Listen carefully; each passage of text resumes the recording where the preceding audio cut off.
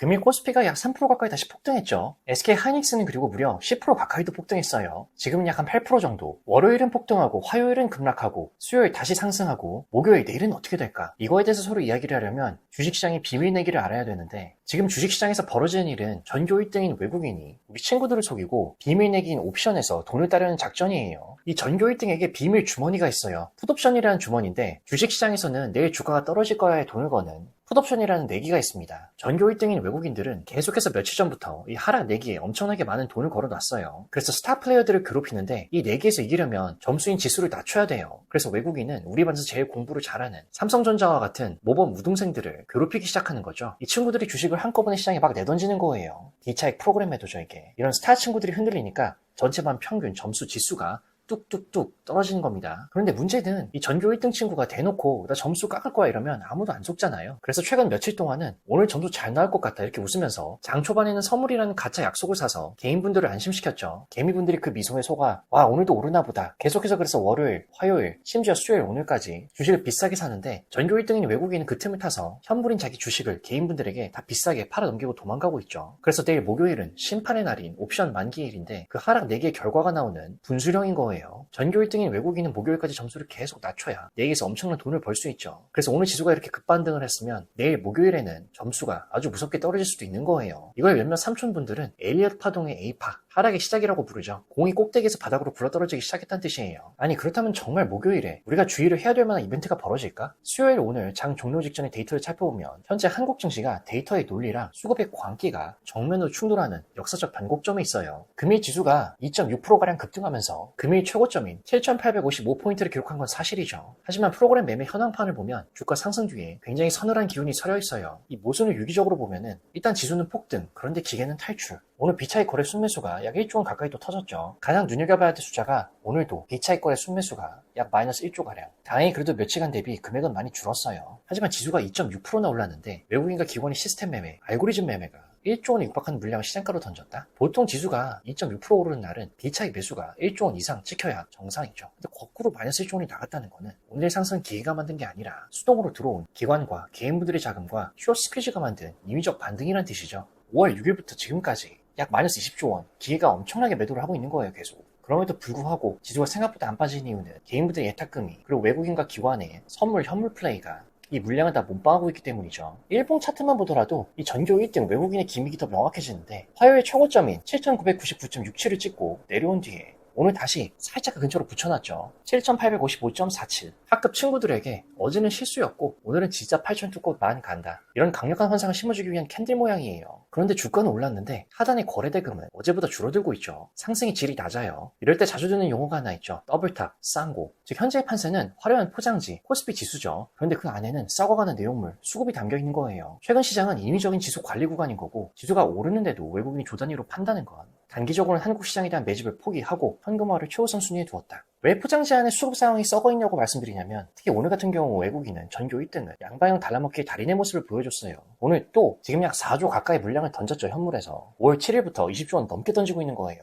그리고 장 후반에 지금 선물을 2만 계약 이상 매도했는데 이게 내일 5월 14일 목요일 옵션 만기일 지수를 강제로 내리꽂겠다는 사형 선고와 같아요. 그리고 주식 선물은 특이하게 약 12,000계약 정도 샀죠. 이 외국인의 주식 선물 매수가 금일 SK 하이닉스의 8% 폭등과 바늘과 실처럼 매우 밀접하게 연결이 되어 있는데 단순히 개인분들이 기관이 사서 올렸다기보다는 이 하이닉스가 오늘 장중에 10% 넘게 또 올랐었죠. 이 숫자가 너무 인위적이고 거대해요. 외국인이 현물 주식은 4조 원 가까이 팔면서 왜 주식 선물은 샀는지 그 뒤에 숨겨진 공학적 트릭을 살짝만 쳐다보자면 주식 선물 매수가 주가를 끌어올리는 원리가 있죠. 델타 헤지라고 해요. 외국인이 주식 선물을 사면 그 상대방 주로 국내 증권사죠. 금융투자. 이쪽에서는 선물을 판 꼴이 돼요. 선물을 판 증권사는 주가가 오르면 손해를 보죠. 그래서 리스크를 없애기 위해서 주식 현물을 즉시 시장가로 사들여요. 즉 외국인이 주식 선물을 약 10,000계약 이상 사는 행위 자체가 기계를 시켜서 삼성전자와 하이닉스 현물을 강제로 사게 만드는 방아쇠 역할을 하게 하는 거죠.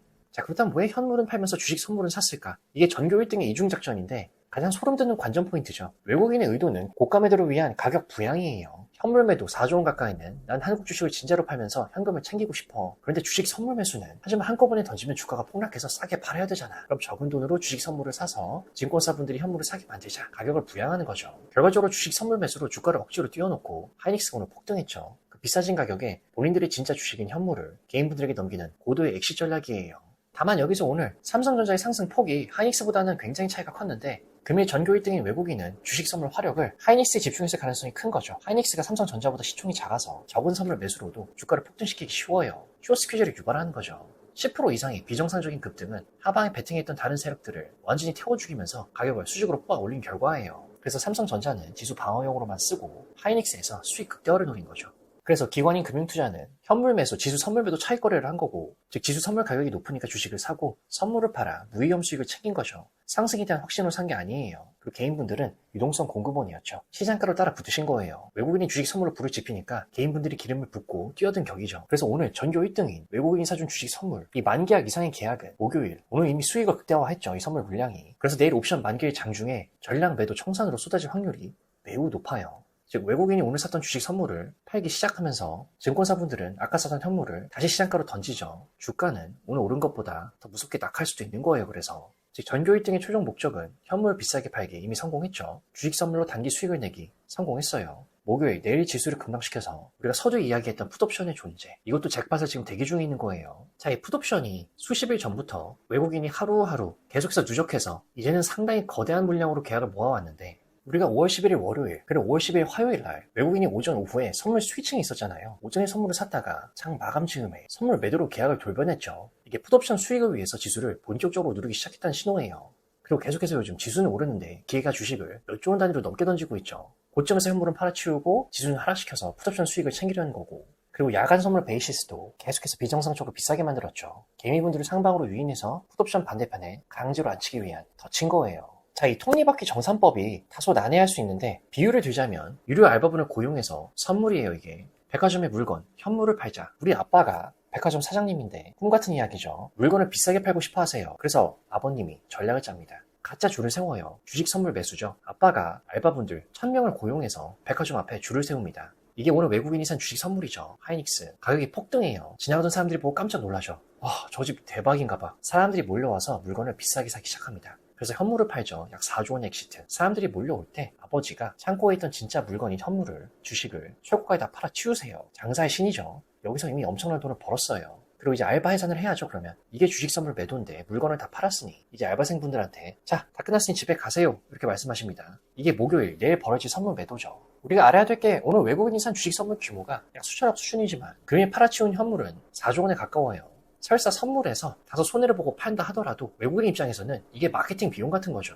즉 주식 선물은 시세를 띄우기 위해 지불한 현물을 이미 4조 원 가까이 팔았잖아요. 오늘도 보수적으로 얘기하면 마케팅 비용일 뿐이에요. 그리고 하락할 때도 돈을 버는 풋옵션 잭팟까지 계속해서 몇십일간 모아온 풋옵션 물량이 지금 누적되어 있죠. 목요일, 내일, 오전이든 오후든 외국인이 오늘 산 주식 선물을 던져요. 그렇다면 직전에 설명드린 대로 금융투자 증권사에서 이 하이닉스 현물 주식을 시장가로 투매하죠. 알바가 빠지니까 손님분들이 겁먹고 도망가는 격이에요. 여기서 이제 옵션 수익이 폭발하죠. 주가 수익 낙하하면 미리 걸어둔, 그동안 사 모아두었던 풋옵션 하락 배팅에서 수천억 원의 수익이 복사되듯 찍힙니다. 즉 올라갈 때는 현물을 비싸게 팔아서 먹고 내려올 때는 풋옵션으로 또 먹고, 주식 선물은 그냥 이 위아래 파티를 열기 위해 쓴 마케팅 전단지, TV 돌릴 때 쓰는 리모컨 건전지 정도의 취급을 받는 거예요. 참 외국인 입장에서는 마음이 편한 게 그분들에게는 시간과 물량의 우선권이 있기 때문이죠. 예를 들면은 목요일 오전 기만행위가 나올 수 있는 게 하이닉스든 삼성전자든 다시 한번 선물로 지수를 위로 쳐 올릴 수 있어요. 개미분들이 돌파 매매다, 넘어가자 이제, 이렇게 달려들 때가 최종 설거지 타임이죠. 그래서 개미분들이 충분히 들어오면 아주 편안하게 프로그램 매도 버튼 하나하나